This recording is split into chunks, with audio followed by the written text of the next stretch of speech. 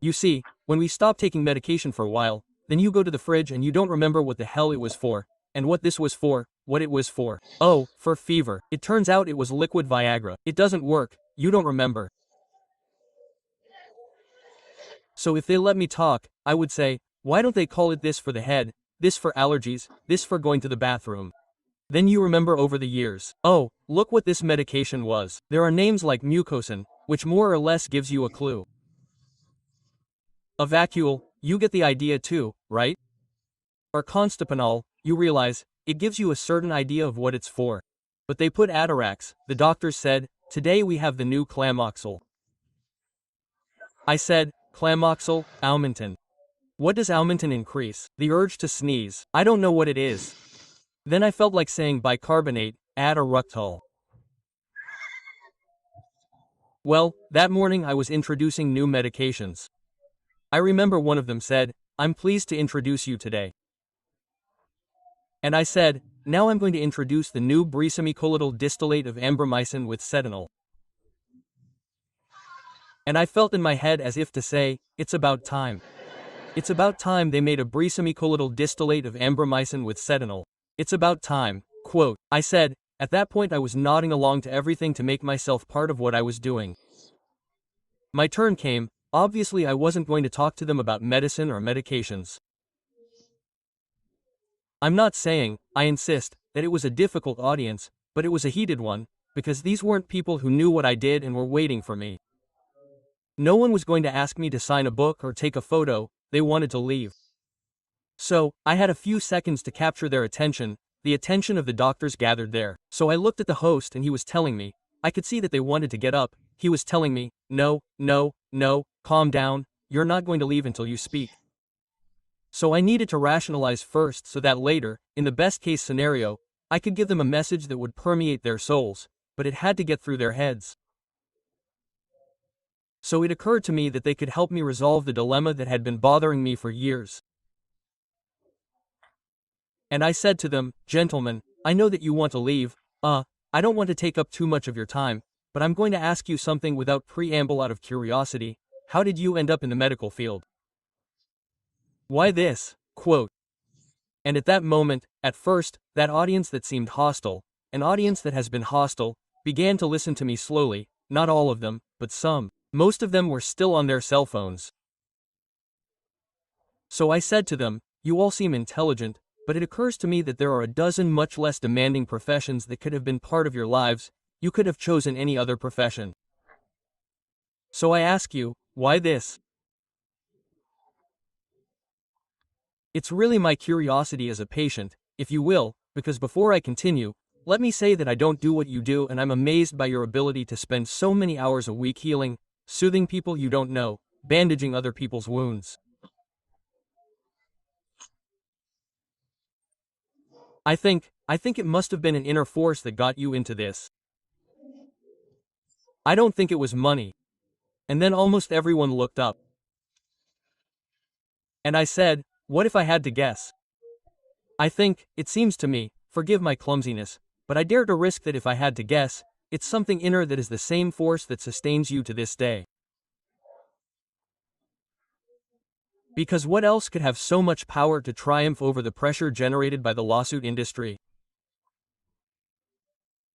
That any patient can sue you and you can lose your license for life, for everything you trained and studied for.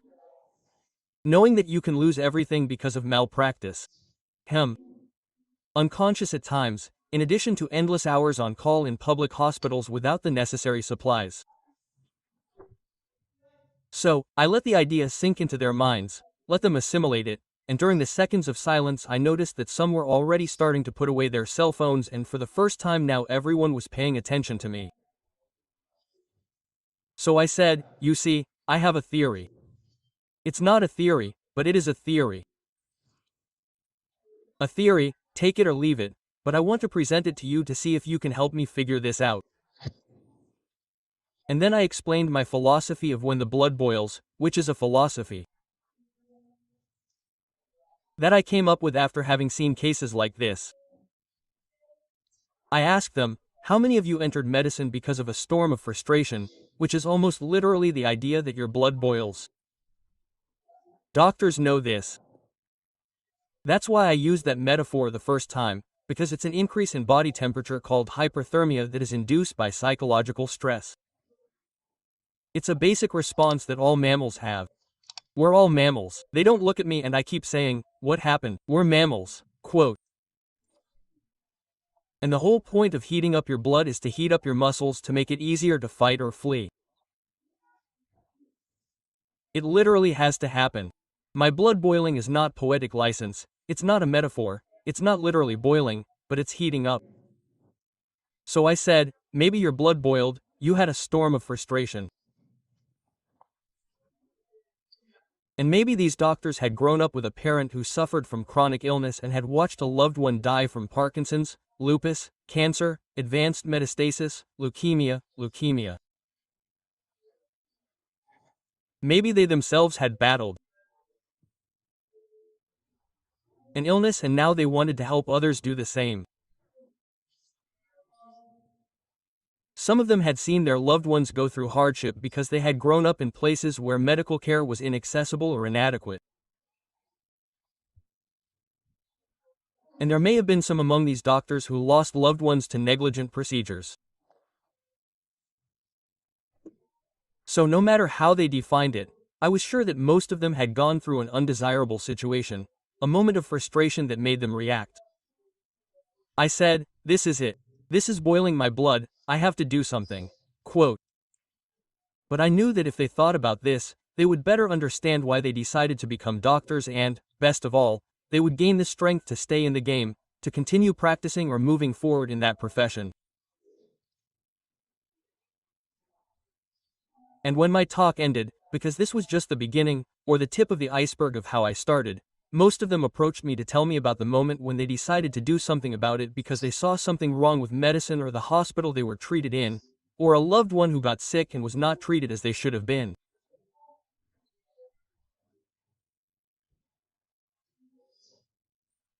And all or almost all of them remembered exactly where they were and what was going through their minds when they decided to fill out the application to enter medical school. Everyone remembered it. Yes, now that you've mentioned it, you're right. And I found it fascinating to learn that these guys, most of them, well, there were women too, but I knew that these people, regardless of gender, got up in the morning and went to the hospital to save lives, to fight an illness, to bandage other people's wounds, to put up with, sometimes, insults from family members, contempt, and underestimation from other doctors.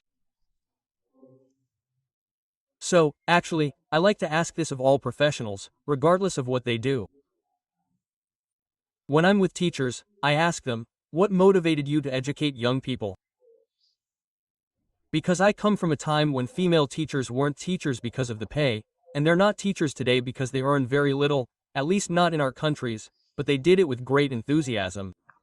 The teacher I had would say, "How are you? How was your vacation?" Quote.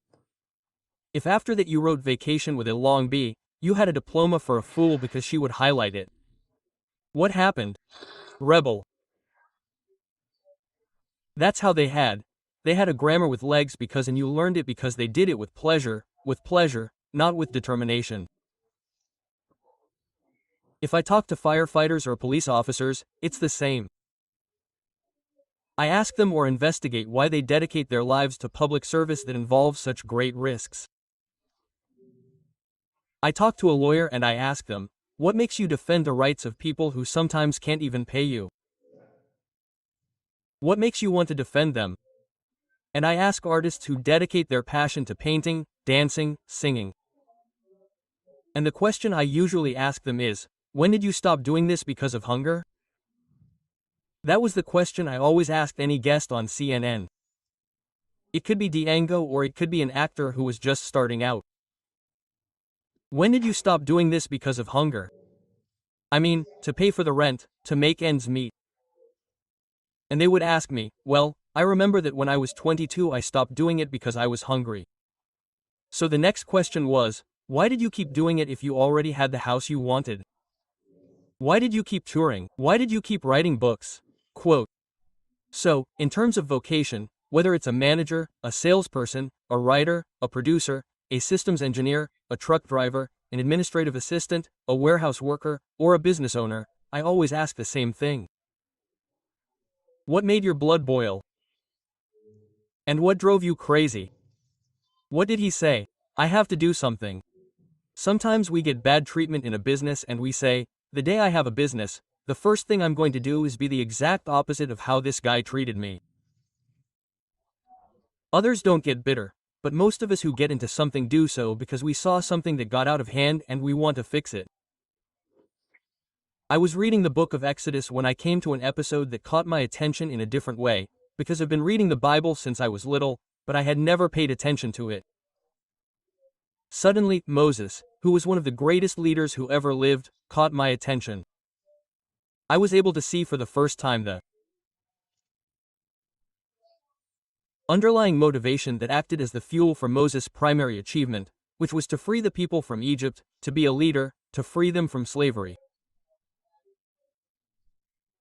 And then Exodus chapter 2 verse 11 says, one day Moses, when he was of age, went to visit his blood brothers and observed their hardships. He observed their hardships. For those who don't know the story, Moses had grown up as a prince in Egypt. He was raised by the Pharaoh's daughter. He was accustomed to nobility, to wealth, to freedom. He enjoyed that as something natural, normal. However, despite his affluent environment, he always knew that he was not really Egyptian, that it was a gift to him. He was a Hebrew by birth, a Jew who lived as an Egyptian, but was not.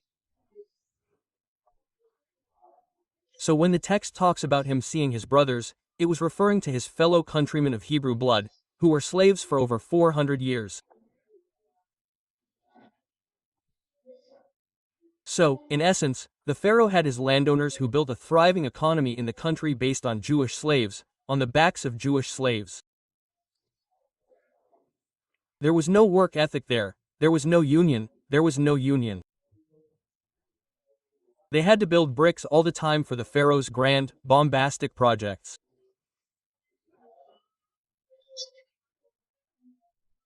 And in that context, we find Moses walking along and suddenly he sees, in addition to the repulsive oppression that his people were subjected to, it gets worse when he sees an Egyptian mistreating his brother from the Jewish people, mistreating him, hitting him, whipping him. Then, Moses says, the situation is already bad. Those guys are slaves, they have no dignity, they took everything from him. Physical abuse is really necessary, man, really. Quote. And he goes crazy, he smells the pigeon and they lower his head.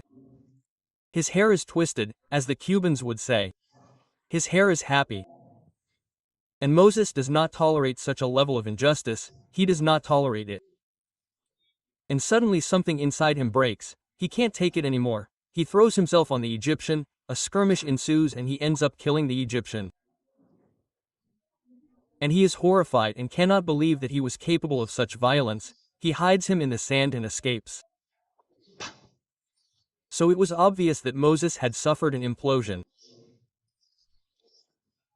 The bloodshed, the abuse, the oppression, the exploitation of his countrymen by the Egyptian authorities had driven him mad.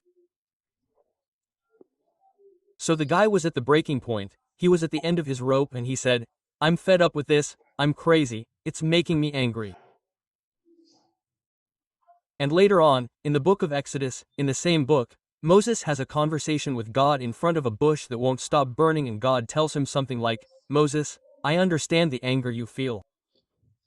I understand. I saw the same misery that you saw in Egypt. I heard the cry of the Hebrews, I felt the anguish. So, what you saw, what you felt when the Egyptian mistreated the Hebrew, I also saw it, I felt it. And I want you to know that I hate pain and I hate suffering and oppression as much or more than you hate it. And I'm looking for a guy like you whose blood boils like mine, because I want to give a voice to that hurricane that's inside you. I want to channel it into something positive. Let's use it. That's your primitive emotion. And I believe that someone with that capacity for action makes you an activist, makes you a person who can't remain impassive in the face of injustices. You can't stand idly by in the face of cruelty. So I'm going to take that frustration inside you and transform it into leadership ability. You're going to lead my people. Don't ask me for forgiveness anymore because it made your blood boil. I'm going to use the fact that it made your blood boil. Someone with a rotten temper says, "Oh, how nice." No, but let me go ahead. His blood boiled for a noble reason. I've asked people I know, several people, I insist, why did they get involved in things that take their time, energy, and money? And I asked them, what were the experiences that motivated them to do what they do today? And my theory was confirmed. The theory is that I believe that the reason that motivates millions of people to do good is that there are many things wrong with this planet, many things. And the absence of evil is not good. Doing nothing is being a good person. Staying out of it is not necessarily being a good person. In fact, there are things that are so wrong that some people can't stand it. It makes their blood boil. Is there someone here whose blood boils, right? With things like, I can't stand it. That you went through stormy moments of frustration. Then, you dedicated your life to trying to amend, to resolve, to fix things. No one can change the world alone. But all of us who are involved in things that demand time, energy, and money, it is because something bothered us. So, in that informal survey that I did, the catalysts that I found in people are very different, but the common denominator is that what they do is closely linked to a frustration that lit a fire in them, and today the flame does not go out. What usually breaks our hearts happens so that we do something about it.